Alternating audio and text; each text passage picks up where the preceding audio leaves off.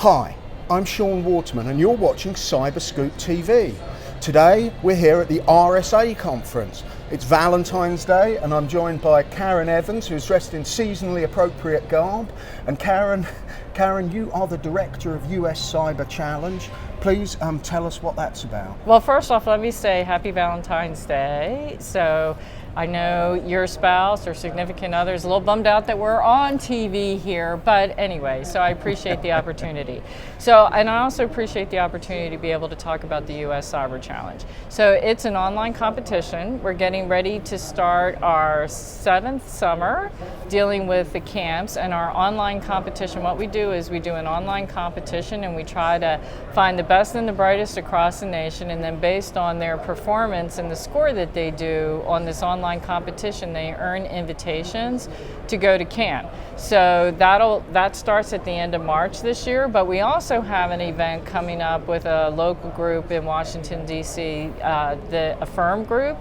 And so they're the Association for Federal Information Resource Management, and we have a big event on March the 14th, and last year's Capture the Flag winners from the camp will be coming in to receive letters signed by Secretary Kelly from DHS. Oh, that's great. Yeah, it's awesome. And what are we talking about? High school kids, university students? What is the age range? So the answer is yes, it's all of those.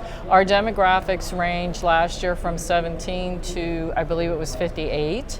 And so what we really are targeting people that don't really understand or don't really know what cybersecurity is, or that they've seen it on TV, like there's all this education that's available and what is that career. And so they have a propensity to play on computers, or they may be interested in, gosh, this is a blooming field, so let me go take this. And then the idea is to open up the pathway for them so that they can see all the opportunities. So there are people that do really well in this field, and you need a multidisciplinary type of team. Right. So people that are in communications, lawyers, veterans coming back, people who have educations but might be underemployed, looking for a new challenge. So we outreach to all of them, and the way that we're set up, we started with a cooperative agreement from the Department of Homeland Security, Science and Technology. So our camps are set up reaching out and testing different types of techniques to reach out to folks. So we have one camp, for example, up in Illinois that's specifically where we work with veteran service organizations so that we can outreach to veterans and really get them to compete so that they can attend that camp. And so you don't have to be an expert already. This is 101. Right? Yes. You can start. Actually, this is like 99. Think of it as prior to that, and that you might be interested. And so the way that the competition itself is set up is that we allow 3 opportunities, because if you're a novice and you've never done it before, you don't want to be one and out, right? So the competition allows 3 tries. We don't average those competitions. It's the best score of those competitions. So if you're a student or somebody new, then you can go ahead, try it, see what it's like, and then come back and recompete within the time period, because the clock starts at the time that you start taking the quiz. So it's the most amount of questions right in the shortest amount of time. Right. And you're here at RSA promoting the Cyber Challenge, and what else are you So I'm on the committee at RSA, I'm on the program committee, and so I work on the track for professional development. So anybody who's watching this, come to the professional development track. So it's really to come up with the content that shows how you can develop yourself as a professional in the cybersecurity field. That's what my track is focused on. And then we also have a specific workshop set up yesterday that was on diversity, and so we were working on how do you get diversity of all kinds within cybersecurity. Cybersecurity has a tendency to attract a certain demographic, 18 to 25 white males, right? And so, but you really need that diversity, cultural diversity, all kinds of economic diversity. You want that diversity in order to make a good cybersecurity team within a company, within the government, and so that's what I focus on as well. So that's been a long-standing challenge. I mean, you've been coming here for a while, I expect, every year. Do you see on the floor any progress in terms of who's there? Any progress on those?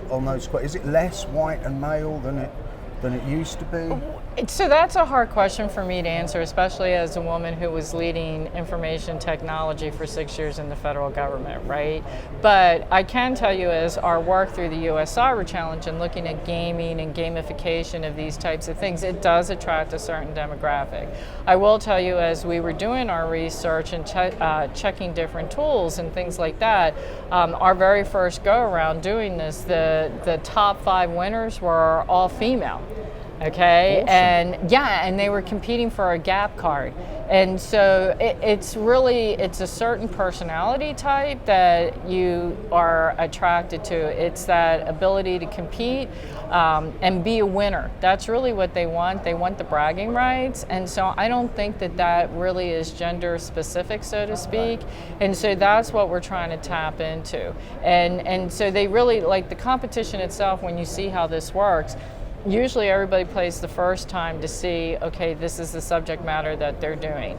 Then the second time, several of these people will actually download the whole competition and try to figure out what's going on with it. And they will reverse engineer, because the questions are fed to you randomly, and so you can't really memorize what the answers are and things like that. So what they try to do is reverse engineer the competition. So they try and hack you? Yes, absolutely. And the second is time... Is that cheating to get points for that? And actually there's been a lot of debate about this, right? Because we work with a lot of universities who do say that that's cheating. But if you're at a government agency or you're at private industry, don't you want the person that has the tenacity to reverse engineer this, right? Then they play the second time for their code, right, to see how well it works, and then they play the last time for the bragging rights, because they want to be the top scorer that stays on there, because we keep the top 100 scores on there. So if you're number one and that you finished with a 99.9 score in less than like 4 seconds, then you know that this person reinvented, reversed engineered this, right, knew the content in order to be able to figure out what the answers were, and then developed it. Why wouldn't you want that person on your team? You would want that person on your team. So there's a lot of different things that we look at with that, and that's the talent. Then when they get to camp, what we then try to instill in that is that you compete as an individual, but you work as a team. So they are put on a team at the end of the week, but they don't get to pick their teams. We pick their teams based on what we're observing through the week, so we try to balance that out. Then they also have an ethics panel, because it's one thing for them to be able to do a lot of things. The other question then is, should they be doing those things? So there's ethics that we bring the FBI, Secret Service, and ISC Square participate in that. And we put together cases that are really ambiguous. So I have several lawyers who have worked to put together these cases for us. Nice. And they explore that as a group, and they take on roles, and then they have the experts sitting right there that they can ask the questions about, well, this is what I would have done, what would be a better way to do that. And then we have a job fair, and then we also have a resume workshop so that they can work on how to write their resume, so that they can actually convey, hey, this is what I do, and then convey it in a way that is understandable to an HR person. And then when they leave, we have a platform that we've built out in partnership with Amazon Web Services and Monster.com, that they join what we call cybercompx.org, so that they can stay actively engaged. So we like to describe it as the social networking site for them that then puts them over into the job market, so that they can then have employers. This is where we partner with Monster and Sands to really look at what their skill sets are, and then they've actually demonstrated it. So it's, this is my resume, this is my profile, and oh, by the way, here's my actual performance. Thank you, Karen. That sounds fascinating, and I wish you the best of Well, luck thanks with for it. letting me talk about it. I've got one more question for you. Sure. So you've worked on the transition for the Trump administration. Would you take a job in the administration if you were offered one? I would be honored if the Trump administration asked me to come in and help work on our nation's problems. So the answer is yes. I would be happy to do that. Good. And what do you think the priorities should be for the administration? in IT and in cyber security in particular? Well, I think that there are a lot of opportunities to go forward in this. Really look at how you can leverage a lot of the new technologies that are available so that you can actually get to digitalizing government services, so that you can really ultimately take use of that innovation while protecting citizens' information and really moving government services into the 21st century. You saw a lot of that work, that foundation being laid by Tony Scott, and information technology, cyber is really a bipartisan issue. So I don't think anybody wants us to really squander $80 billion. They really want you to be able to do it in a way that provides for security for the nation while you're providing really great services for the citizen. Karen Evans, thank you so much. Thank you. Thanks again. And you can see more Cyberscoop TV on our website, cyberscoop.com, or on YouTube, the YouTube channel.